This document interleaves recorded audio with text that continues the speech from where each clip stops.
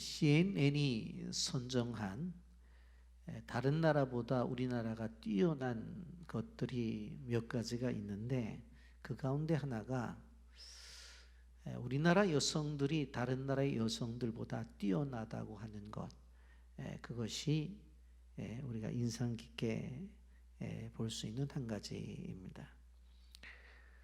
특별히 세계의 골프 선수들은 거의 대한민국 출신이라고 하는 것들을 여러분들이 잘 아실 것입니다. 박세리를 비롯해서 박인비, 이나영, 신지혜, 리디아고, 이제는 방신실 등 우수한 골프 선수들이 우리나라를 통해서 배출됐고 세계를 주름잡고 있습니다.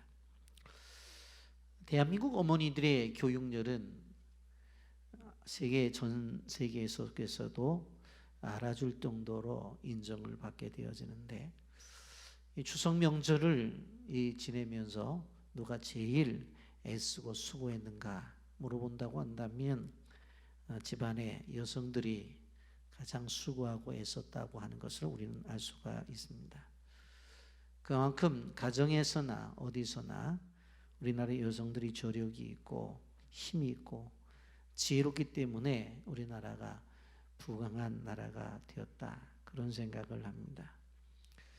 그러면서 오늘 우리는 한 소녀의 이야기를 통해서 하나님께서 그 소녀를 통해서 어떻게 하나님이 역사했는가라고 하는 것을 말씀을 통해 들으면서 은혜를 나누기를 원합니다.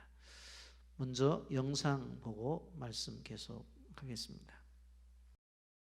1975년 서울대 의과대학을 졸업한 김인관 명예원장은 1977년 6개월의 무의촌 파견 의사로 소록도에서 한센인들의 처참한 현실을 목격하고 공중보건의로 또다시 소록도를 찾으며 한센인 환자들과의 인연을 이어갔다. 그 후 국내 최초 한센 전문 병원인 애양병원으로 자리를 옮긴 그는 한센인 환자에 이어 소아마비 환자 등 걸음이 불편한 이들을 위해 33년간 봉직하며 인공관절 수술을 집도해왔다. 제대로 걷지 못하는 가난하고 소외된 이웃들을 위해 선택한 삶. 그의 헌신은 많은 이들에게 여전히 희망으로 남아있다. 의사들이 오기를 꺼려합니다. 물론 보수도 적지만은 시골이다, 다음에는 자녀들 교육이다, 이런 문제로 여기 오기를 꺼려했지만은 몇 년 동안 우리가 기도를 했어요. 또 좋은 의사 보내주셨다, 모든 직원들이 그렇게 생각하고 자신의 병원처럼 이렇게 충성과 헌신과 봉사 정신으로 이렇게 병원에 참여하셨고, 김인관 명예원장의 하루는 늘 환자들을 위한 기도로 시작한다. 오랜 시간 한자리에 머문 만큼 그에게 환자는 이웃이자 친구이고 또 가족이다. 시부의 할머니 식사도 했고요. 정년 퇴임을 한 백발의 시골 의사는 환자를 앉아서 맞이하는 법이 없다. 그의 두 다리는 병실 이곳저곳을 돌며 환자들 앞에서 부산하게 움직인다. 언제나 환자가 먼저여야 한다는 그의 굳은 신념은 동료 의사들에게도 귀감이 되고 있다. 아직도 열정적으로 환자를 보시고, 사실은 외래도 그렇고 수술도 그렇고 저희 선생님들 중에 제일 많거든요. 당연히 많은데 그런 것들을 그냥 아무렇지도 않게 당연히 이렇게 한다는 것 자체도 만만치 않거든요. 이렇게 환자들을 하나하나 대하는 거, 그다음에 뭐 환자를 많이 보는데도 불구하고 뭐 이렇게 열심히 하시는 거, 그런 모습들이 아직도 배울 만한 부분이죠. 하루 20여 건, 종합병원 외과의사의 10배가 넘는 수술. 하루 24시간이 모자라는 빠듯한 일정에도 자신을 찾아온 환자는 그냥 돌려보내는 법이 없다. 소외되고 가난한 이들의 의료비 부담을 줄여주기 위해 불필요한 검사를 줄이고 의료진의 희생을 감수하며 실현한 반값 수술. 환자를 최우선으로 하는 그의 신념과 헌신 없이는 불가능한 일이었다. 산행하시는 중에 미끄러져서 발목이 골절이 되었어요. 병원에 오셔서 그날 또 수술이 많이 잡혀져 있었어요. 그 환자들이 기다리면 안 되기 때문에 우리 원장님께는 책임감을 다해서 모든 환자들을 극심한 통증에도 불구하고 수술을 다 감당하셨습니다. 자신의 것을 늘 베풀고자 하는 그는 국내를 넘어 중국, 베트남, 미얀마 등 해외 의료진에게 수술법을 전수하고 꾸준한 봉사활동을 이어오고 있다.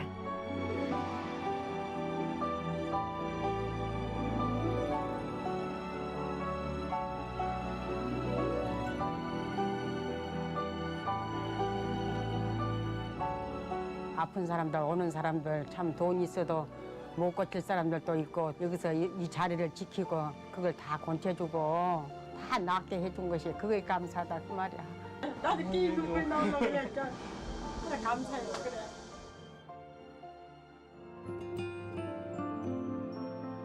두 다리로 자유롭게 걸어보고 싶은 사람들이 마지막 종착지로 찾아오는 작은 시골 병원. 그곳에서 환자들을 기다리고 있는 김인관 명예원장은 소외되고 가난한 이들이 절망의 끝자락에서 만난 희망이며 그가 선물한 두 다리의 기적이 환자들에겐 새로운 삶의 출발점이 되고 있다. 한 크리스천 의사를 통해서 수많은 환자들이 치료를 받은 부분들에 대해서 영상을 통해서 보았는데, 우리는 본문에 한 소녀를 통해서 나만이 치료받는 과정을 우리가 보게 될 것입니다. 여러분, 그 소녀는 이름도 없어요. 불행히도 아람 군대의 포로가 되어서 잡혀온 불쌍한 아이였습니다. 여러분, 그 소녀가 나만의 아내에게 그렇게 이야기를 해요. 우리 고향에 엘리사 선지자가 있는데 그를 만나면 바로 병을 고칠 수 있을 것이다 라고 그렇게 이야기를 합니다. 사실 이 한마디는 소망을 심어주는 거예요.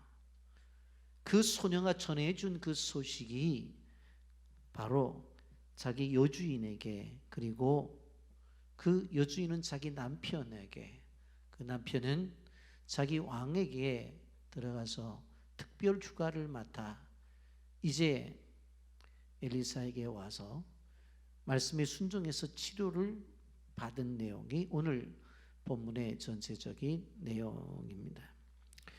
여러분, 이 내용을 보면서 우리가 먼저 좀 생각해 볼 수 있는 것은 뭐냐면 문제를 가진 인생들이라고 하는 것입니다. 여러분, 세상을 살아가면서 문제가 없는 사람이 없다라고 하는 것입니다. 오늘 나오는, 여기 나오는 한 나라의 국방부 장관입니다. 아람 나라의 군대 장군이었다고 그렇게 말씀하죠. 5장 1절에 아람 왕의 군대 장관 나아만은 그의 주인 앞에 크고 존귀한 자니 이는 여호와께서 전에 그에게 아람을 구원하게 하셨습니다. 그는 큰 용사이니 나병 환자더라. 왕의 총애를 받고 있는 그 나라의 2인자였어요. 한마디로 말하면 권력의 실세라고 말씀을 드릴 수가 있습니다.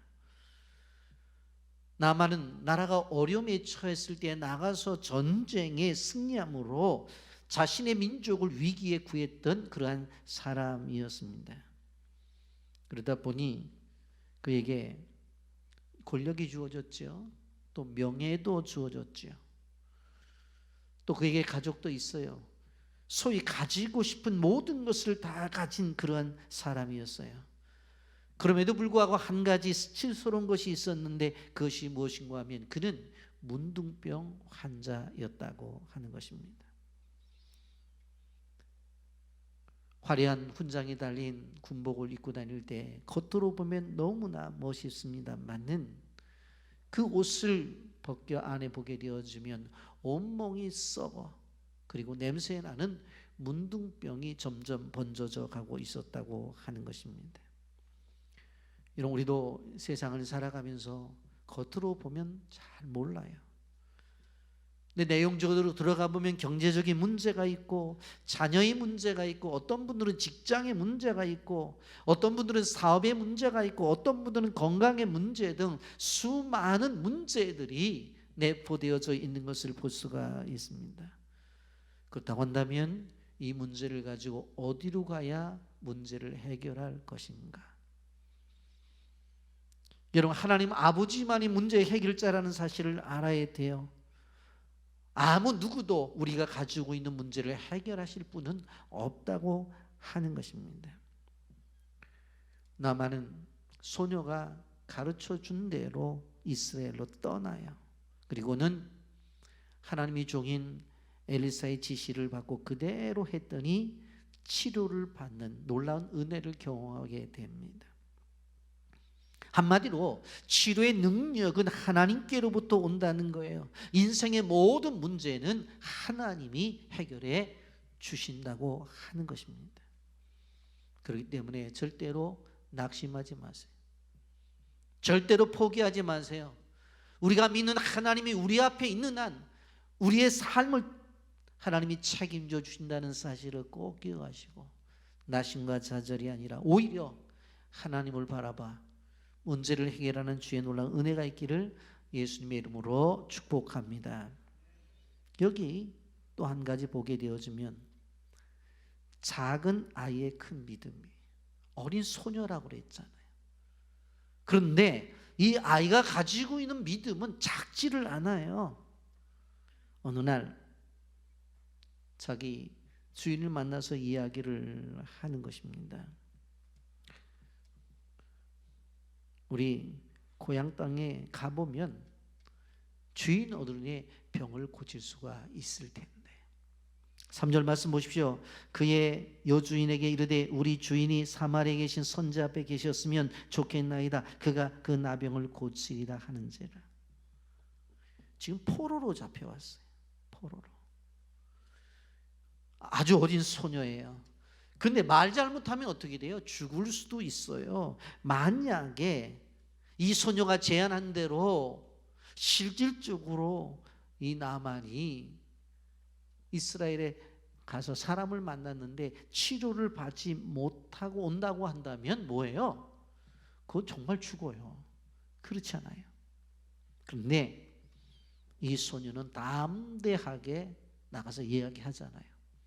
우리 고향 땅에 엘리사 선생님이 계신데 그분 만나면 우리 주인 어린의 병을 고칠 수가 있을 것이다. 담대하게 말하잖아요. 바로 증인이에요.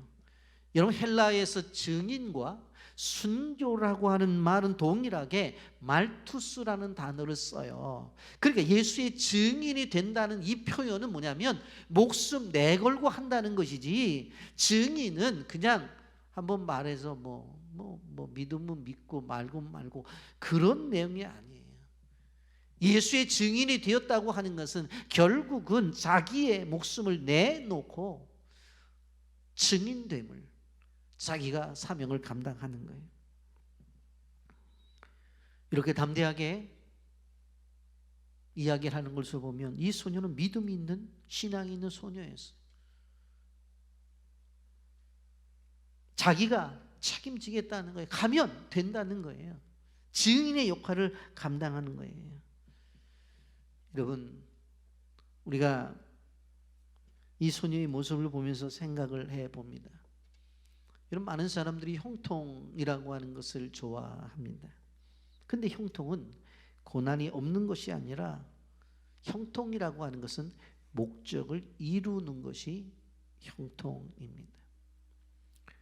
여러분, 이사야서 55장 8절부터 11절 말씀에 보면 이는 내 생각이 너희 생각과 다름이요 내 길은 너희 길과 다름이라 여호와의 말씀이라. 이는 하늘이 땅보다 높음 같이 내 길은 너희 길보다 높으며 내 생각은 너희의 생각보다 높음이라. 이는 비와 눈이 하늘로부터 내려서 그리 되돌아가지 아니하고 땅을 적셔서 소출이 나게 하며 싹이 나게 하여 파종하는 자들에게는 종자를 주어 먹게 는 자들에게는 양식을 준 것 같이 내 입에서 나가는 말도 이와 같이 헛되이 내게로 돌아오지 아니하고 나의 기뻐하는 뜻을 이루며 내가 보낸 일에 형통함이로다. 형통이 뭐라고 그랬어요? 하나님의 뜻을 이루는 게 형통이라고 하는 거예요. 이 소녀가 지금 바로 자기에게 주어진 그 자리에서 하나님의 목적을 이루고 있는 것을 바라볼 수가 있습니다. 여러분, 그렇기 때문에 이 소녀는 포로로 잡혀왔지만 형통의 삶을 살고 있다고 하는 것입니다. 창세기에 나타난 요셉의 모습을 우리는 볼 필요성이 있습니다. 채색 옷을 입고 아버지 아래서 정말 형통의 삶을 살았어요. 근데 아버지의 심부름을 갖다가 형들에게 팔림을 당한다고요. 그래서 애굽에 있는 보디베아의 집에 팔려가게 되어져요. 그런데 성경은 이것을 형통이라고 이야기를 해요. 창세기 39장 2절 3절에 보면 여호와께서 요셉과 함께 하심으로 그가 형통한 자가 되어 그의 주인 애굽 사람의 집에 있으니 그의 주인이 여호와께서 그와 함께 하심을 보며 또 여호와께서 그의 범사에 형통하게 하심을 보았더라. 보디발의 집에 있지만 그것이 형통이고 그의 삶 속에서 하나님의 함께 하심을 그는 경험한 거예요. 그런데 보디발의 아내가 날마다 유혹을 해요. 동침을 요구하지만 나중에 동침이 아니라 같이 있는 것도 거절을 해요. 결국 보디발의 아내가 보디발에게 뭐라고 말을 해요? 당신이 없을 때 제가 나를 범하려고 했다고 거짓을 행함으로 감옥에 들어가게 되잖아요. 그런데 이 감옥에 들어간 것도 형통이래요. 창세기 39장 23절에 보면 간수장은 그의 손에 맡긴 것을 무엇이든지 살펴보지 아니하였으니 이는 여호와께서 요셉과 함께 하심이라 여호와께서 그에게 범사에게 형통하게 하셨더라. 감옥 속에 들어간 게 형통이래요. 여러분, 어떻게 이게 형통이에요? 뭘 잘못했는데? 잘못한 거 없잖아요. 근데 오해를 받아서 감옥에 들어갔어요. 그런데 그게 형통이라고 하는 거예요. 요셉에게 있어서 고난은 하나님의 뜻을 이루는 것이었습니다. 하나님의 목적을 이루는 것이었어요. 그렇기 때문에 바로 고난도 형통이 될 수가 있는 거예요. 우리 요셉의 인생을 다 알잖아요. 요셉이 총리가 되잖아요. 그런데 요셉이 총리가 되는 과정 속에 무엇이 있었습니까? 보디발의 집에 간 것도 과정이고 감옥에 들어간 것도 과정이잖아요. 그 속에서 꿈 해석을 통해서 어떻게 되어져요? 왕을 만나고 결국은 총리가 되어지는 것이잖아요. 그렇기 때문에 우리는 감히 말하는 거에 고난도 형통이라고 말을 할 수 있는 거예요. 아멘입니까? 크게 아멘 하세요. 아멘. 고난도 형통이에요. 여기 소녀가 포로로 잡혀왔지만 형통이라는 이야기를 우리는 이해할 수가 있는 거예요. 우리는 라면을 참 좋아하죠. 우리나라 라면은 세계적이에요. 우리가 빌람 비전 캠프 때 수료식 때 라면을 수료식 때 나누어줬는데 너무너무 아이들이 좋아하는지 몰라요. 근데 그런 라면이 아니라 우리는 끊임없이 쓸데없는 라면을 좋아해요. 여러분, 요셉이 아버지 아래에서 끊임없이 끝까지 살았더라면, 형들이 나를 팔지 않았더라면, 보디발의 아내가 나를 유혹하지 않았더라면, 소녀의 경우를 생각해 보세요. 내가 포로로 잡혀오지 않았더라면, 종이 되지 않았더라면. 근데 우리가 생각하는 것처럼 그렇지 않았더라고 한다면 요셉이 될 수 있고 이 소녀가 자기 주인의 나만을 고칠 수 있었겠느냐고요. 그렇지 않잖아요. 우리는 이 소녀의 한마디에 어떻게 움직이는가를 볼 수 있잖아요. 소녀가 한마디 했더니 여주인이 잘 듣고 그 여주인이 자기 남편이 나만에게 이야기를 하고 나만은 들어가서 왕에게 이야기를 하고 그리고 특별 휴가를 맡아서 이제 이스라엘에 가 선자를 만나서 치료를 받잖아요. 3절 4절 보면 그의 여주인에게 이르되 우리 주인이 사마리아에 계신 선자 앞에 계셨으면 좋겠나이다. 그가 그 나병을 고치리다 하는지라. 나아만이 들어가서 그 주인께 아뢰어 이르되 이스라엘 땅에서 온 소녀의 말이 이러이러하다이다 하니 그랬어요.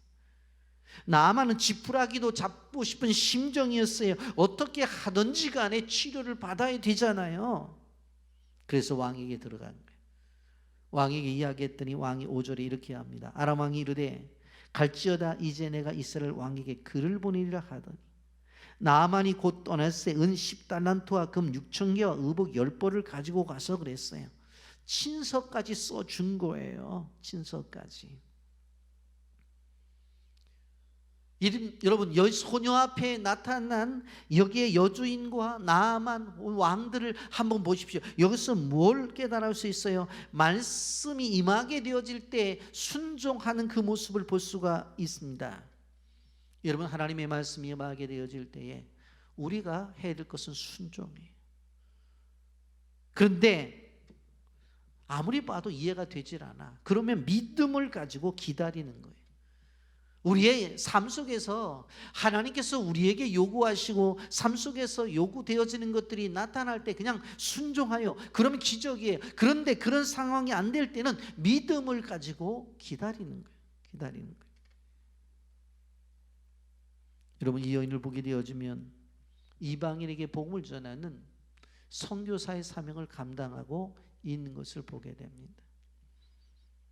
딕 힐리스 선교사라는 분이 이런 이야기를 했습니다. 그리스도가 없는 영혼은 선교지고 그리스도가 있는 영혼은 선교사이다. 다른 사람이 선교사가 아니라 이미 예수를 믿고 구원받은 사람은 다 선교사이고 선교지가 다른 것이 아니라 내 주변에 있다 할지라도 아직도 예수를 믿지 않는 사람의 영혼, 그 사람이 선교지라는 거예요.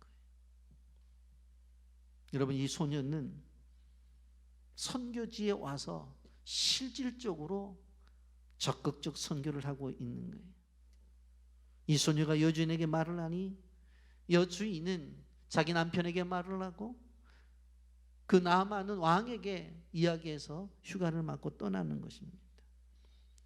나아만은 지금까지 수많은 이야기를 들었을 거예요. 어느 의사가 잘 고친다고 해서 찾아가 보았을 것이고 어떤 약이 가장 좋다고 해서 구해서 먹어보기도 했었을 거예요. 수많은 노력과 애썼어도 차도가 없었다고. 여러분 우리가 들어야 될 소리가 있고 듣지 말아야 될 소리가 있는 거예요. 하나님의 소리가 있고 생명의 소리가 있고 말씀의 소리가 있는 거예요. 우리가 들어야 될 소리는 예수님이 우리의 인생의 답이라는 소리입니다. 오늘 여러분들 이 시간도 설교자의 소리를 듣고 있잖아요. 듣고 있잖아요. 잘 듣고 순종하고 나갈 때 복이 되는 거예요. 한 자매가 행복한 결혼을 합니다. 남편은 의사였습니다. 결혼해서 이제 아이를 낳게 되어지는데 아이가 좀 이상해요. 좀 커가면서 무슨 이야기를 해도 애가 관심이 없는 거예요. 나이가 들어도 엄마라는 소리도 안 해요. 불러도 대답이 없어요. 그리고는 혼자만의 공간에서 괴성을 지르고 도통 다른 사람에게 관심이 없고 물건만 잡으면 집어 던지고 그래요. 그러니 자라도 유치원에 갈 수 없고 놀이터에 앉아서 놀려고 해도 그 모래를 갖고 자기 눈을 부비니 그 엄마가 어떡하겠어요. 밥도 먹지 않고 초콜릿만 달라고 그래요. 그리고 기분이 좋지 않으면 방맹이를 가지고 집안에 있는 이것저것을 다 두드려 부시는 거예요. 오죽했으면 아이의 엄마가 아파트 11층에서 너랑 나랑 죽자. 그래야지 이 고통이 끝난다 라고 얘기를 했겠어요. 아빠가 출근을 하다가 남한산성에서 낭떠러지에 그냥 죽으면 내가 이 꼴 안 보지. 그러한 기도를 하면서 하루하루를 지냈겠냐. 이 과정에서 아들은 발달성 자폐아라는 진단을 받게 되어서요. 정말 부모도 자기 인생에 포기를 하고 아이도 어떻게 이 아이가 자라서 이 사회 속에서 일을 할 것인가 이해가 되질 않는 거예요. 어느 날 옆집에 있는 엄마가 자폐 아이 엄마를 초대했어요. 목장 예배를 드리면서 오라고. 그래서 초대해 놓고 이렇게 이야기를 합니다. 아이 키우는 게 얼마나 힘드시냐고. 아이 때문에 어디 가지도 못하시죠. 어디 갈 일이 있으면 우리한테 맡기라고. 맡겨놓고 일 보시라고. 그렇게 따뜻하게 말을 해줘요. 이 엄마가 너무나 감동을 느꼈어요. 여태까지 그렇게 따뜻한 말을 해준 사람이 없었기 때문에. 그러면서 교회에 나가기 시작했는데 첫날 교회 나간 때에 목사님을 통해서 주신 말씀이 요한복음 1장 12절 영접하는 자 곧 그림을 믿는 자들에게는 하나님의 자녀가 되는 권세를 주셨으니 그 말씀을 듣고 나도 영접하고 하나님의 자녀가 돼야 되겠다. 하나님의 자녀가 되면 이런 사람들처럼 이렇게 따뜻한 말도 하고 따뜻하게 대하는구나. 그래서 교회를 지속적으로 나가게 되어지는데 몇 주 후에 창세기 13장을 본문으로 해서 목사님이 바라봄의 법칙이라는 제목을 갖고 설교를 해요. 동서남북을 다 보아라. 볼 곳에 하나님이 다 주신다는 거예요. 그 엄마는 돌아오자마자 도화지 2장을 갖다가 그림을 그리기 시작해요. 첫째 그림은 온 가족이 모여서 앉아 식사하는 모습이에요. 그 모습 속에서 얘가 초콜릿만 먹는 것이 아니라 엄마 밥 한 그릇 더 달라고 하는 그런 생각을 가지면서 그릇을 옆에 놓고 그림을 그려가지고 어떻게 해요? 그걸 벽에 붙여요.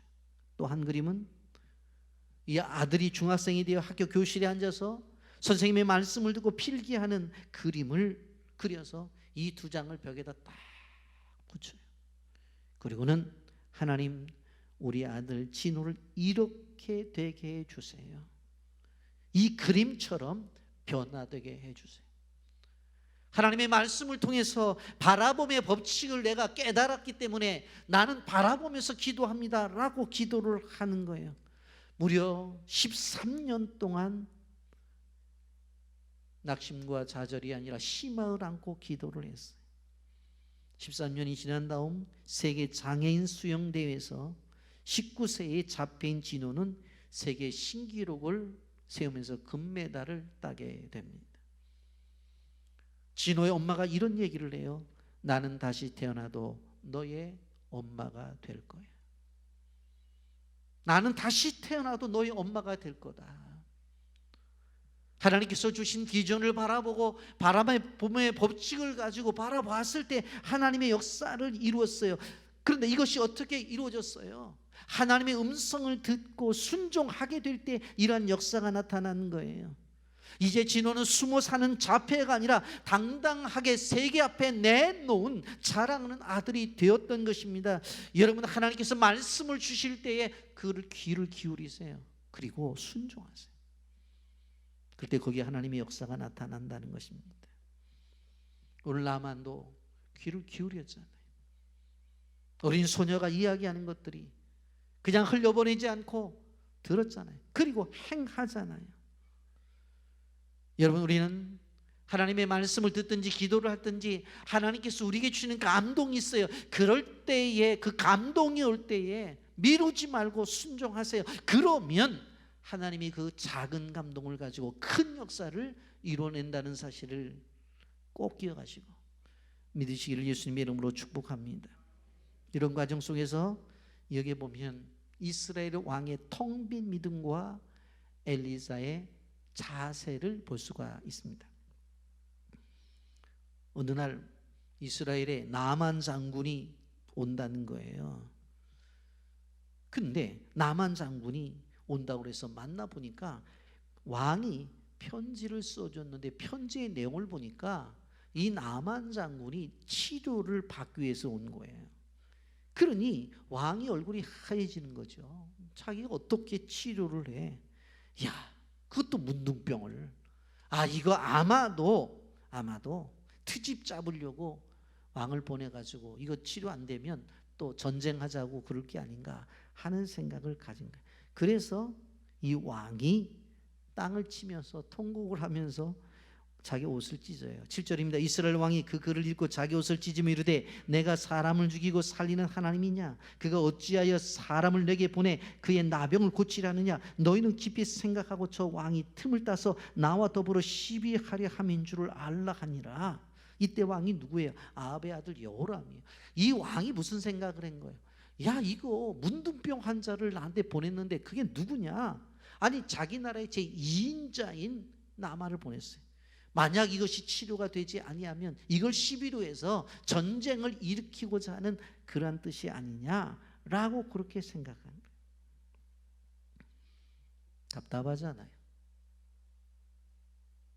여러분, 우리가 일하면 우리가 하는 것이지만 우리가 기도하면 하나님이 하신다라고 하는 것을 기억해야 됩니다.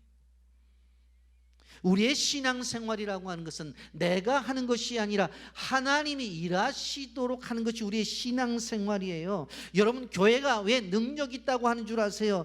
교회는 하나님이 일하시는 현장이기 때문에 교회가 능력이 있는 거예요.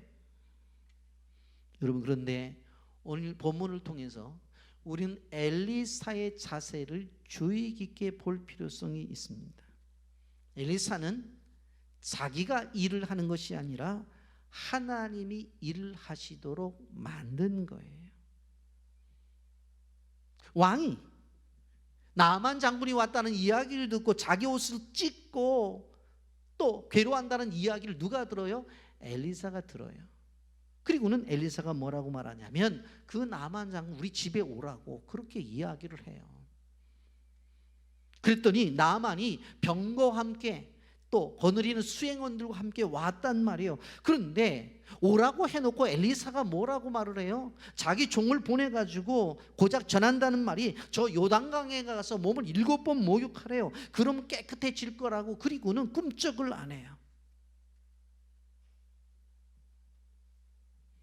여러분, 열왕기하 5장 10절에 이렇게 말씀합니다. 엘리사가 사자를 그에게 보내 이르되 너는 가서 요단강에 몸을 7번 씻으라. 내 살이 회복되어 깨끗하리라 하는지라. 나만이 화가 난 거예요. 아니, 아람 나라에 가면 얼마나 수많은 강들도 있고 맑은 물도 있는데 아니 저 조그만 요단강에 가서 나보고 목욕을 하라고? 그것도 한 번이나 7번이나? 돌아가려고 할 때 부하들이 뭐라고 말해요? 아니, 여기까지 오셨는데 너무 쉬운 걸 시키지 않냐고. 그냥 한번 해보자고. 그래서 그대로 순종해요. 나만 장군이 원한 건 뭐였어요? 사람이 일하기를 원한 거예요. 나만 장군은 내가 여기까지 왔는데 왕도 만났는데 엘리사가 나와가지고 병이 무슨 병이냐고. 문둥병. 어떻게 몸 좀 보자고. 아이고 심하네요. 그래갖고 뭐 안수를 해주든지 뭘 해주기를 바랬단 말이에요. 그런데 나타나질 않아요. 그리고는 뭐라고 말하냐면 종시켜가지고 가서 요단강에 7번 목욕을 하라는 거예요. 여기서 중요한 것을 우리가 깨달아야 돼. 뭐냐면 지금 나아만은 인간이 일해 주기를 원한 거예요. 그런데 엘리사는 어떻게 해요? 앉아가지고 하나님이 일하기로 그렇게 인도하는 거예요. 엘리사가 나타나질 않잖아요. 말만 하잖아요.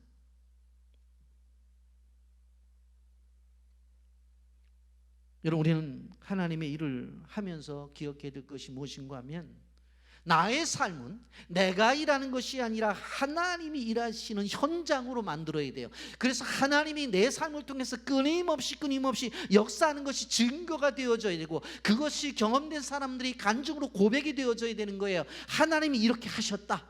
하나님이 이렇게 하셨다. 여러분, 한 번 순종하면 방향이 바뀌고 2번 순종하면 도약이 일어나고 3번 순종하면 기적을 맛본다는 이야기가 있습니다. 여러분, 그래서 나만이 가서 7번 목욕을 했어요. 13절 14절 보세요. 그의 종들이 와서 말하 이르되 내 아버지여 선지자가 당신을 큰 일을 행하려 하였다면 행하지 아니하였으니까 하물며 당신에게 이르기를 씻어 깨끗하라 하라함이 함이니까 나만이 이에 내려가서 하나님의 사람의 말대로 요단강 7번 몸을 잠그니 그의 살이 어린아이의 살같이 회복되어 깨끗하게 되었더라. 목욕하라는 목적이 뭐예요? 살이 깨끗하게 하기 위해서 목욕하라는 거잖아요. 분명한 것을 이야기해 주잖아요. 그렇잖아요. 그 종들이 어려운 거 시켰으면 할 겁니까? 쉬운 거 시켜서 안 합니까? 분명히 깨끗하게 만들어 준다고 했으니까 해보시라고 해서 갔더니 어린아이의 살같이 회복되어 깨끗하게 되었다. 나만은 실질적으로 주의 종의 말씀대로 요단강으로 가죠. 그래서 화려한 외투를 벗었을 거예요. 누구에게도 보여주고 싶지 않은 몸이었을 것입니다. 그런데 그런 것을 다 드러내는 것을 볼 수가 있습니다. 한 번 들어가도 차도가 없어요. 2번 들어가도 차도가 없어요. 근데 7번 들어갔다 나오니까 자신의 몸이 우윳빛처럼 어린아이 살처럼 깨끗하게 변한 것을 보게 되었어요. 여러분 7번이 가지고 있는 것은 무엇일까요? 응답 받을 때까지. 우리가 하나님 앞에 기도의 생활을 합니다마는 기도할 때 어느 때까지라고요? 응답 받을 때까지. 하나님이 정하신 건 그거예요. 여러분 성경 14절 말씀에 보면 하나님의 사람의 말대로 요단강에 7번 몸을 담그니 그렇게 말을 하고 있죠. 여기에 보게 되면 하나님의 사람의 말대로 그 말씀대로 요단강에 가서 순종하니까 치료를 받았다고 하는 것입니다.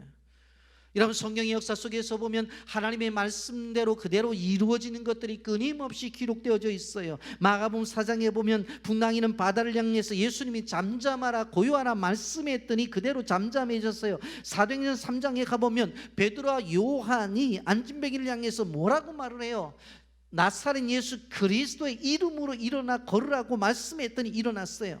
누가복음 5장에 가보면 밤새 고기를 잡지 못한 베드로를 향해서 깊은 데로 가서 그물을 내리라고 말할 때에 뭐라고 말해요? 내가 밤이 맞도록 얻은 것이 없지만 말씀에 의지하여 그물을 내린다. 그래서 결국은 그물이 찢어지게 잡힌 거예요. 여러분 시편 19편 7절에 보면 여호와 율법은 완전하여 영혼을 소생케 한다. 그렇게 말씀하고 있습니다. 말씀에 순종하면 살아난다는 거예요. 여러분 회장장 야유의 딸의 모습을 보세요. 마가복음 5장 41절 42절에 그 아이의 손을 잡고 이르시되 달리다고 마시니 번역하면 곧 내게 말하노니 소녀야 일어나라 하심이라. 소녀가 곧 일어나 걸으니 그렇게 말씀했어요. 나인성 과부의 아들의 모습을 보십시오. 누가복음 7장 14절 15절 말씀에 보면 가까이 가서 그 관에 손을 대시니 맨자들이 서는지더라. 예수께서 이르시되 청년아 내가 내게 말하노니 일어나라 하시매 죽었던 자가 일어나 앉고 말도 하거늘 예수께서 그를 어머니에게 주시니 말씀했어요. 나사로의 경우를 봅시다. 요한복음 11장 43절 44절에 이 말씀을 하시고 큰 소리로 나사로야 나오라 부르시니 죽은 자가 수족을 배로 동인채로 나오는데 그 얼굴은 수건에 쌓였더라. 예수께서 이르시되 풀어 놓아 다니게 하라 하시니라. 신약 성경에 나타난 3가지 대표적인 죽은 자가 살아나는 사건. 그런데 이 죽은 자가 살아나는 사건의 중심에 뭐가 있습니까? 말씀이 있다는 거예요. 예수님께서 말씀하셨을 때 죽은 자가 살아났다고 하는 것입니다. 여러분 나만이 치료를 받은 다음에 가지고 온 선물을 주잖아요. 그랬더니 엘리사 선지자가 난 한 게 없다는 거예요. 내가 고친 게 아니라는 거예요. 그 받지를 않아요. 받지를 않아요. 결국은 나아만은 사람에 의해서 고침을 받으려고 생각해서 왔습니다만은 어떻게 되어져요? 사람이 고친 게 아니라 하나님이 고쳤어요. 마지막에 선물도 받지 않았다는 것은 무엇을 뜻할까요? 내가 한 것이 아니라는 이야기를 지금 하고 있는 거예요. 나만이 너무 감격스러워서 17절부터 18절까지 보면 어떻게 해요? 찬양을 드리면서 천지 만물에 여호와 하나님 같은 신이 없다고. 그러면서 흙을 담아요. 흙을 퍼가요.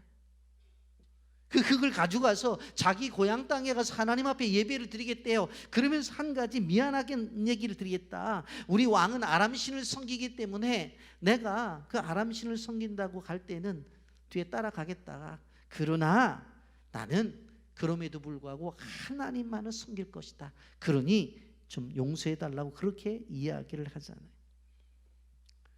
하나님을 안 믿어듣는 사람이 이 정도까지만 와도 대단한 거 아니냐. 여러분 이런 기억해야 돼요. 나만이 그 눈병을 고치기 위해서 요단강에 몸을 담았어. 여러분 우리는 은혜의 강가로 나가야 되는 존재가 되어져야 되고 우리를 향해서 피 흘리신 예수 그리스도의 보혈에 우리의 몸을 담가서 우리가 치료받고 하나님께 주신 은혜의 삶을 살아야 된다는 것을 기억해야 되는 것입니다. 말씀을 정리합니다. 나만이 소망의 소리를 들었을 때 어떻게 반응해요? 자기 아내가 와서 이야기해야 될 때 아니 당신 그 어린애 얘기 듣고 그걸 말이 되는 소리라고 생각해? 그렇게 말할 수도 있어요. 그런데 나만이 이런 축복을 받은 결정적인 이유는 소식을 들었을 때에 순종했다고 하는 것입니다. 우리가 살다 보면 해결하기 힘든 문제들이 너무나 많이 나타나요. 그럴 때 절대로 절망하기나 좌절해서는 안 돼요. 소망을 가져야 돼요.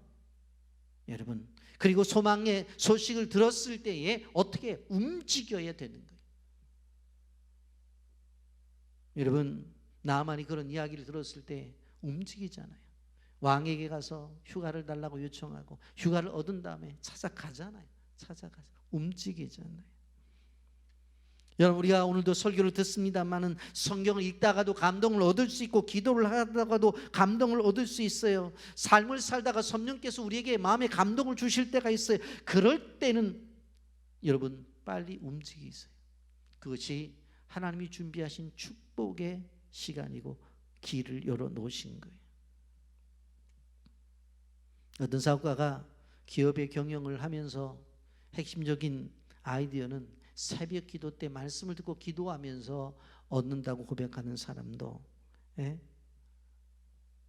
있습니다.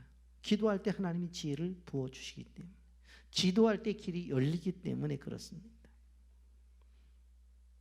우리가 말씀을 듣고 기도할 때 어떻게 보면 당장 손해가 되고 내 생각과 맞지 않을 때가 있어요. 그런데 기억해야 될 것이 무엇인가 하면 나만이 받았던 은혜를 받기를 원한다고 한다면 우리의 생각에 나의 삶을 맞추는 것이 아니라 하나님의 말씀에 맞추어서 순종하며 나가야 된다고 하는 것입니다.